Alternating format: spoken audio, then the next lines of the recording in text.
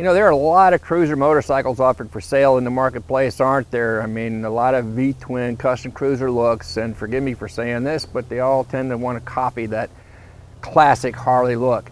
But one thing they can't copy, that's the classic Harley V-twin sound. Unfortunately, when you buy a new one, or you've got one fitted with the stock exhaust, you can't really hear it. Changing that, that's the topic of today's Southern Biker TV How To.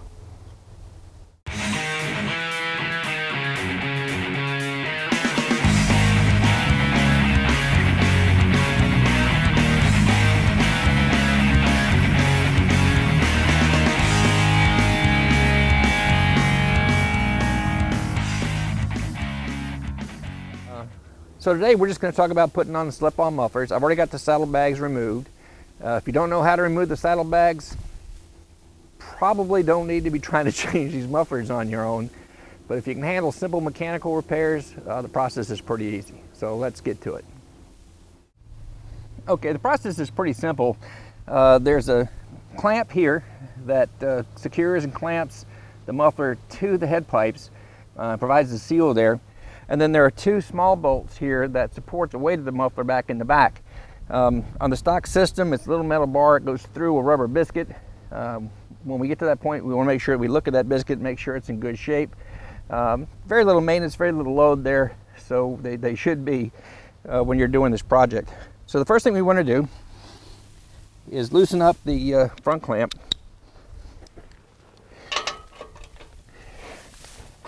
Get that good and loose.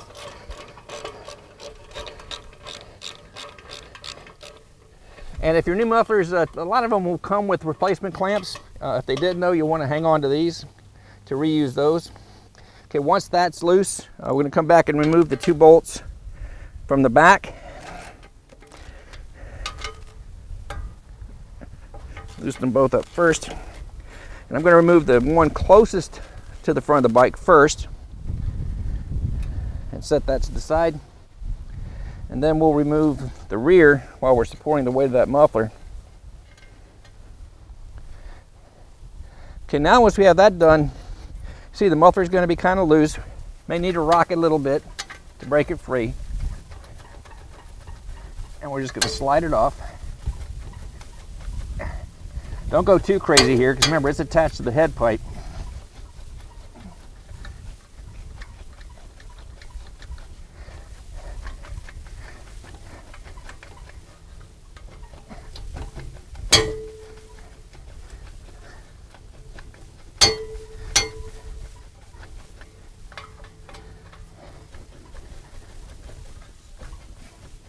You need to get a little more butt on there. Say that was the trick. Okay. Now in many pipes, there is a left and a right. And it's not just so that the name shows up the right way, but there may be cutaways, indentations on the back side here for clearance. So you're going to make sure you put that in the right place. Now we're going to put the clamp over the end of the new muffler. We want to position that down and on a slight angle so we can get to that nut. And then we're just going to slide it up until this lines up in the back.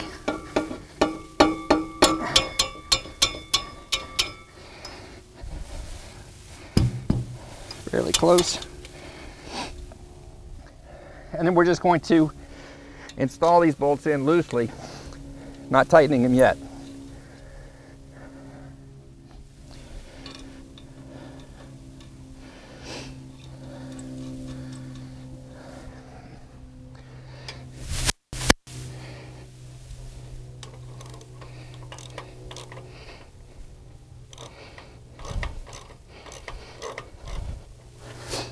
Now again, don't tighten this front clamp tight, because it's going to start to compress the pipe where it's split to make that seal there.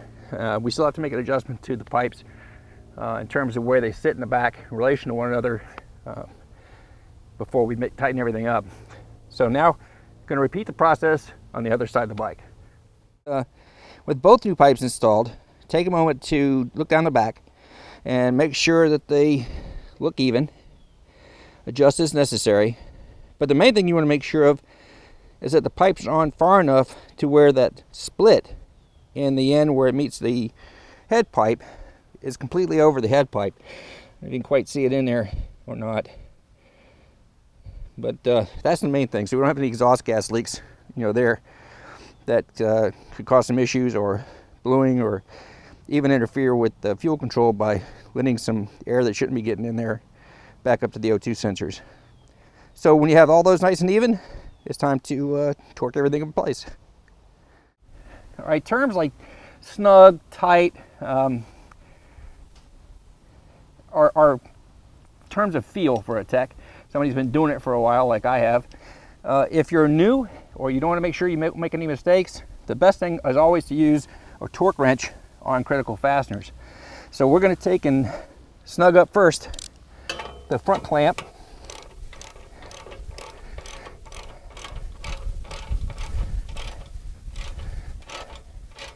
And once we start getting some tension on it, I'm going to switch over to the torque wrench and tighten it to 40 foot-pounds.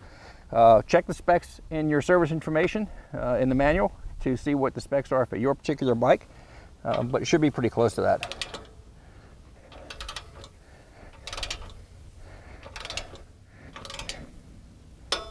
Okay, now to finish up the right side, we're just going to tighten up the two mounting bolts in the back. Again, I believe the spec on this is 18 foot-pounds, but again, this is tight for me. I'm not going to use a torque wrench on this. Again, if you're new to this, if you're not comfortable with thinking that you're going too tight where you might strip out the fastener or leave it loose where your exhaust may start to rattle and fall off, again, use the torque wrench. And just like with the install, time to go around the other side and do the same there. All right, the pipes are on. There's still one more thing to do though before we fire it up and see how they sound. I know you're anxious, but don't forget this step. Clean off any fingerprints, oil, anything else that you got on that surface. Otherwise, it's going to stay there permanently. It's going to mar the finish. So get that done first before you start the bike up. All right, I know you guys are as anxious as I am to see how these Crusher Mavericks sound on this FLH. Let's start it up.